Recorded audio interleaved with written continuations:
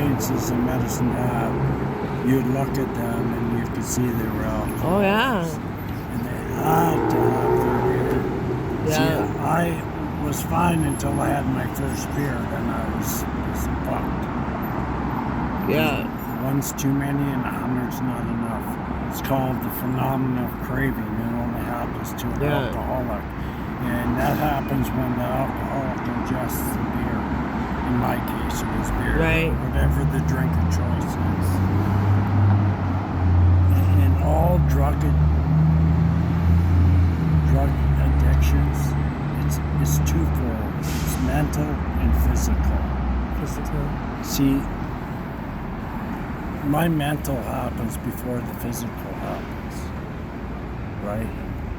The physical withdrawal too can be brutal, though. Oh, Like it starts. When you're that far, in a lot of cases, especially, see, I was a beer drinker, where the hard liquor drinkers, they go down even harder. Yeah. Right? But I lost my train of thought. Sorry. Yeah, it's all right. Sorry. I'm old. I'm known to interrupt. People tell me, don't interrupt. Yeah, I know. I'm sorry. Just trying to keep a flow, you know. Yeah. I do the same thing. Where was I? Well, I'm so pleased to meet you, and you like to talk like I do. I was a professional telemarketer for 12 years. Okay. I worked for one of the biggest companies in the world at the time. What were you selling? What were you flogging? Fun and family entertainment. Okay. It was an event cell. The company was called Great Western Entertainment when I started in '97. Then they became Zentel. We took the NHL Old Timers across North America. Out of Calgary here, of course, our office here in Calgary, which was the highest producing office in the whole company. Like tours?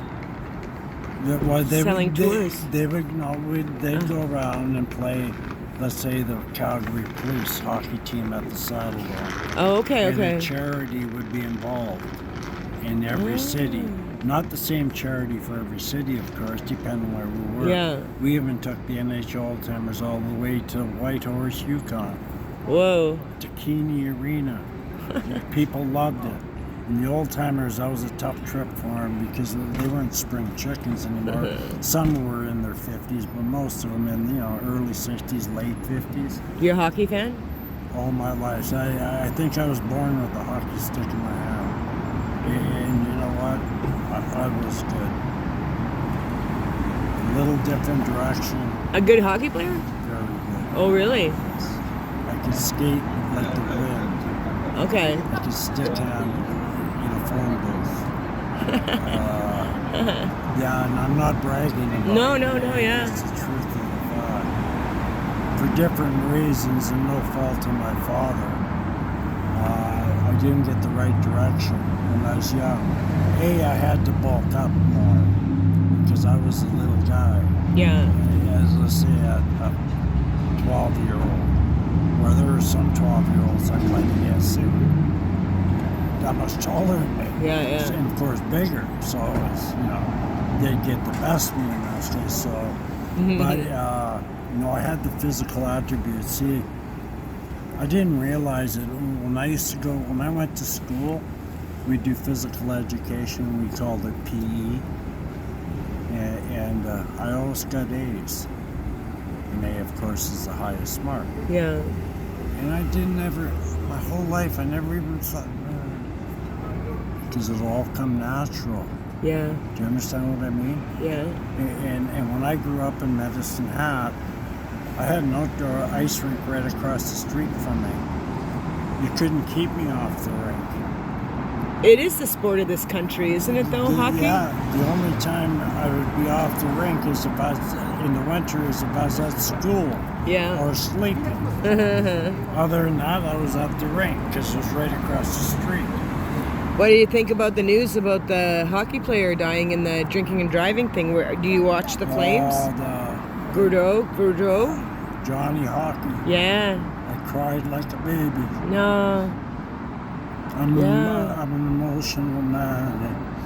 Of course, I didn't know Johnny, but I didn't know. And I Yeah. knew his family, even though I didn't know. No. They were such a good, wonderful family. It broke my heart. Yeah. It broke my heart.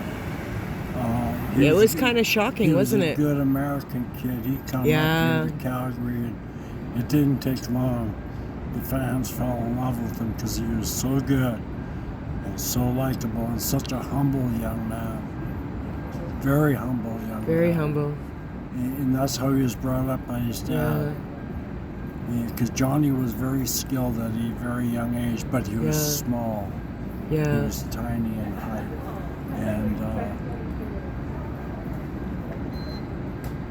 it was just terrible. And again, we just talked about alcoholism. Yeah. This guy has issues. I don't Yeah. know for a fact, but I can guarantee you. Right. Anybody normal, a normie, is going to have 5 or 6 beer then drive. Only an alcoholic will have 5 or 6 beer then drive. Yeah. Do you understand With what an I open mean? container yet. He's Yeah. drinking and driving. Literally. But you understand. Literally, what I yeah, mean? yeah. What do you think should happen to that guy? Well, he'll get the brunt of the law. Whatever the max is, he's going to get it. I don't know. Laws are different in the United States. Yeah. But You think he should get some parole while he waits for his court date? No.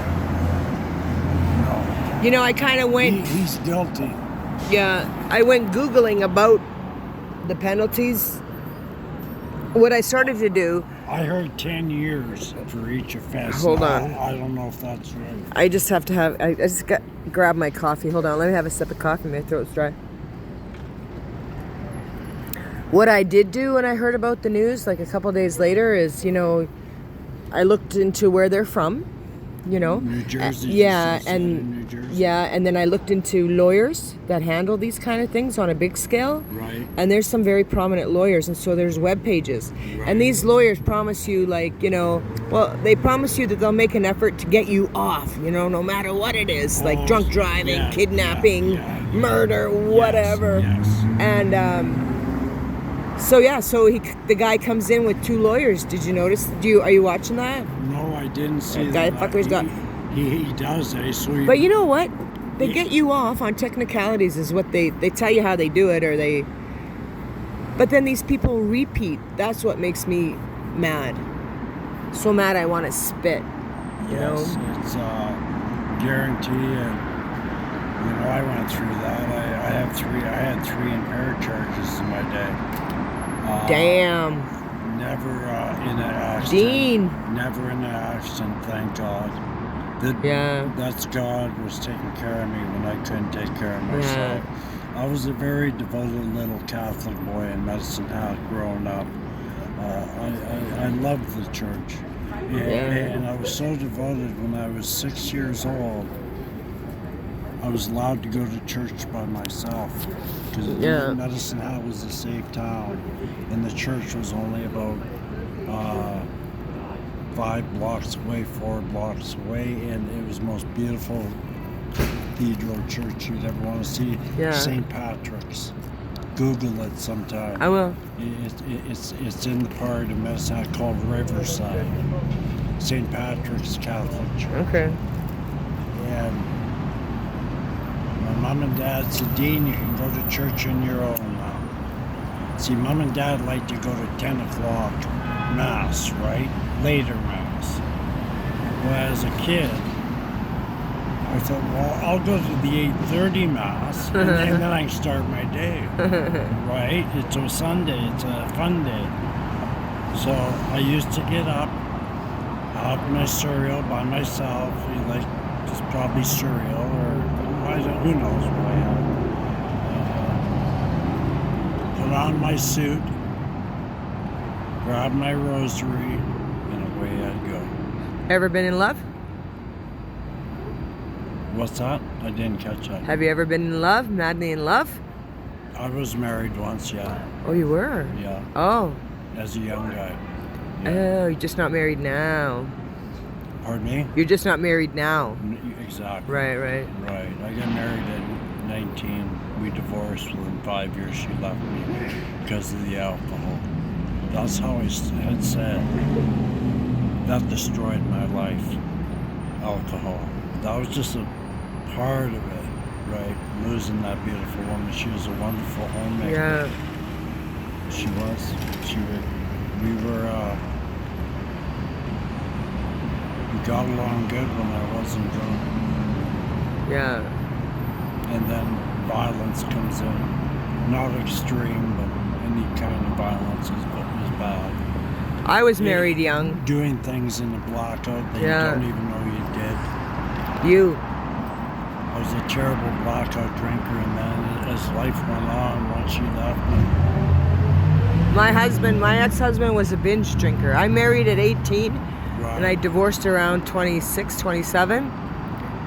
See, Yeah, I know. And plus I've seen it in my family too, you know. Binge drinking isn't good either. No. because When they go on their tear, Yeah. look out. A team of wild horses can't stop it, No, right? it's not fun. That's what Especially for me because I don't drink. And I'll go back and I'll say, Yeah. as I said earlier, alcohol is one of the worst drugs on this earth. You know, it was just terrible. But the light bulb, you know, I've struggled since, as I said, since '94 when I was 14 months clean and sober. Yeah. I left the house, and that's how powerful the disease, any disease of a drug is. I was 14 months on top of the world, walking the walk, talking the talk, right, clean and sober. I don't know if I'm catching your voice on here or not, or oh my Going to god. meetings and Yeah. helping people helping me still.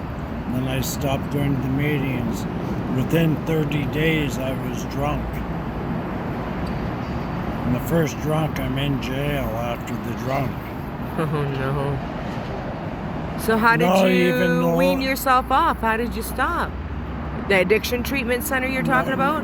Well, all my time Probably. release information. I have all the tools.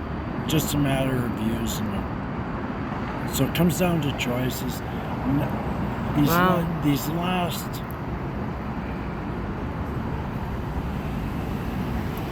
I'd say these last 8 years I've pretty much slowed down to next to nothing. But before What's this that, over here now? so I'm 68. So up till I was 60 years old, of course I wasn't drinking heavy, but when I drank, I would